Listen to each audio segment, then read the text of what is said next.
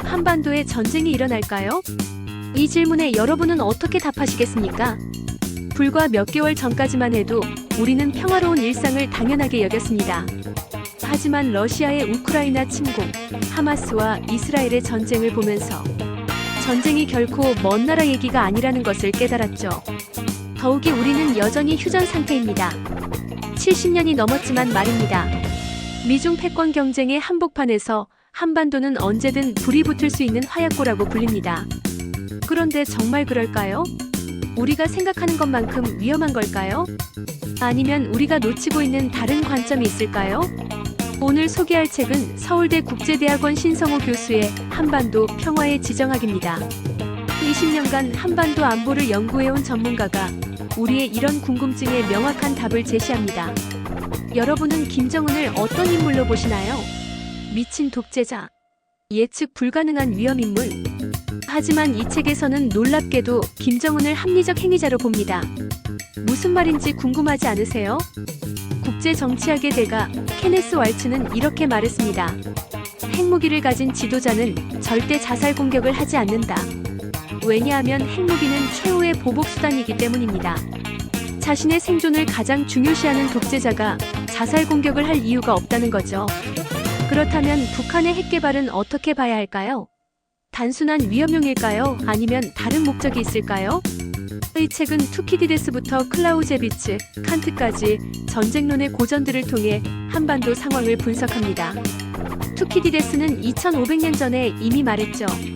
강대국이 충돌할 때 전쟁이 일어난다. 이것이 바로 투키디데스 함정입니다. 그럼 현재 미국과 중국의 관계는 어떨까요? 기존 패권국 미국과 부상하는 중국. 이들의 충돌이 한반도에서 일어날 가능성은? 하지만 칸트는 다른 관점을 제시합니다.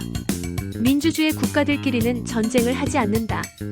그리고 경제적 상호의존이 깊어질수록 전쟁 가능성은 줄어든다고 했습니다. 그런데 여기서 중요한 질문이 나옵니다. 한국 전쟁은 왜 아직도 끝나지 않은 걸까요? 클라우제비치의 명언을 기억하세요. 전쟁은 정치의 연장이다. 한국 전쟁에는 4개국이 개입했습니다. 미국, 중국, 북한, 남한. 각자 다른 정치적 목표를 가지고 있었죠. 미국은 공산주의 확산 저지, 중국은 완충지대 확보, 북한은 통일, 남한은 생존. 이 서로 다른 목표들이 70년이 지난 지금도 완전히 해결되지 않았습니다. 그래서 여전히 휴전 상태인 거죠. 그렇다면 북한에 대한 코피 전략은 어떨까요? 강하게 때려서 정신 차리게 만든다는 전략 말입니다. 로버트 아트는 무력 사용의 4가지 기능을 제시했습니다. 방어 억지, 강압 과시. 하지만 북한은 특별합니다. 일반적인 무력 사용 논리가 통하지 않을 수 있어요. 왜냐하면 북한은 이미 잃을 것이 별로 없는 상태이기 때문입니다.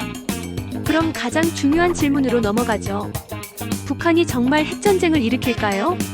왈츠의 핵억지 이론에 따르면 김정은은 절대 핵무기를 사용하지 않을 겁니다.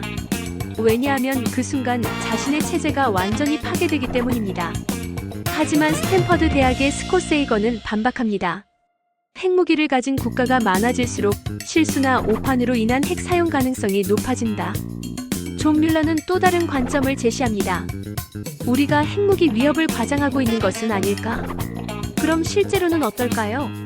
북한의 핵 위협, 우리가 생각하는 것만큼 심각할까요? 이 책은 21세기 새로운 전쟁 양상도 다룹니다. 사이버 전쟁을 아시나요? 이미 시작되었습니다. 미국과 중국은 사이버 공간에서 치열한 경쟁을 벌이고 있어요.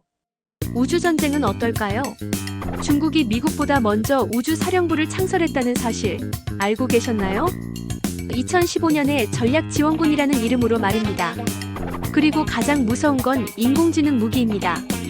터미네이터 같은 자율무기가 정말 나올까요? 한중일 3국이 모두 자율무기 개발에 박차를 가하고 있습니다. 인간의 개입 없이 스스로 판단해서 공격하는 무기. 이게 현실화되면 전쟁 양상이 완전히 바뀔 겁니다. 하지만 여기서 중요한 질문이 나옵니다. 이런 위협들에 우리는 어떻게 대응해야 할까요? 이 책의 2부는 평화입니다. 단순히 위협을 분석하는 게 아니라 해결책을 제시하는 거죠.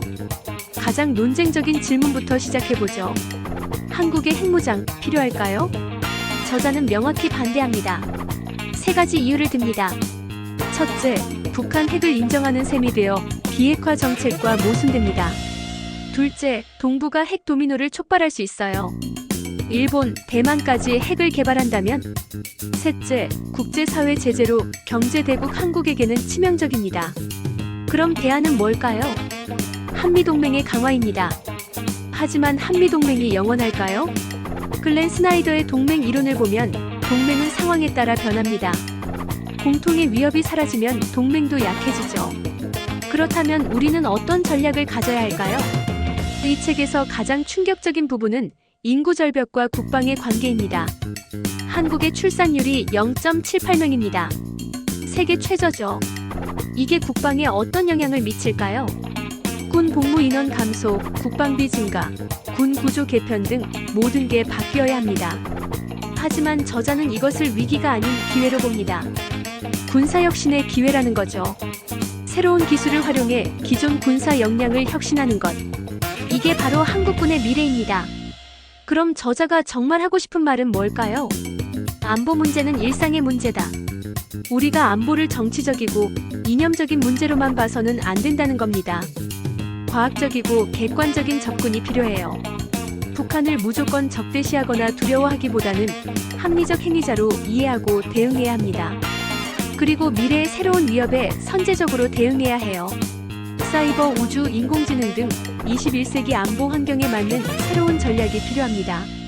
무엇보다 위기를 기회로 바꾸는 혁신적 사고가 필요합니다.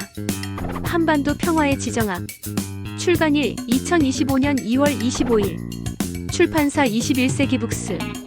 페이지 약 650페이지. 이 책을 추천하는 독자들. 정치외교 관련 전공자, 공무원 및 정책 담당자, 군 관련 종사자, 언론인, 그리고 한반도 안보 현실을 제대로 이해하고 싶은 모든 시민들입니다.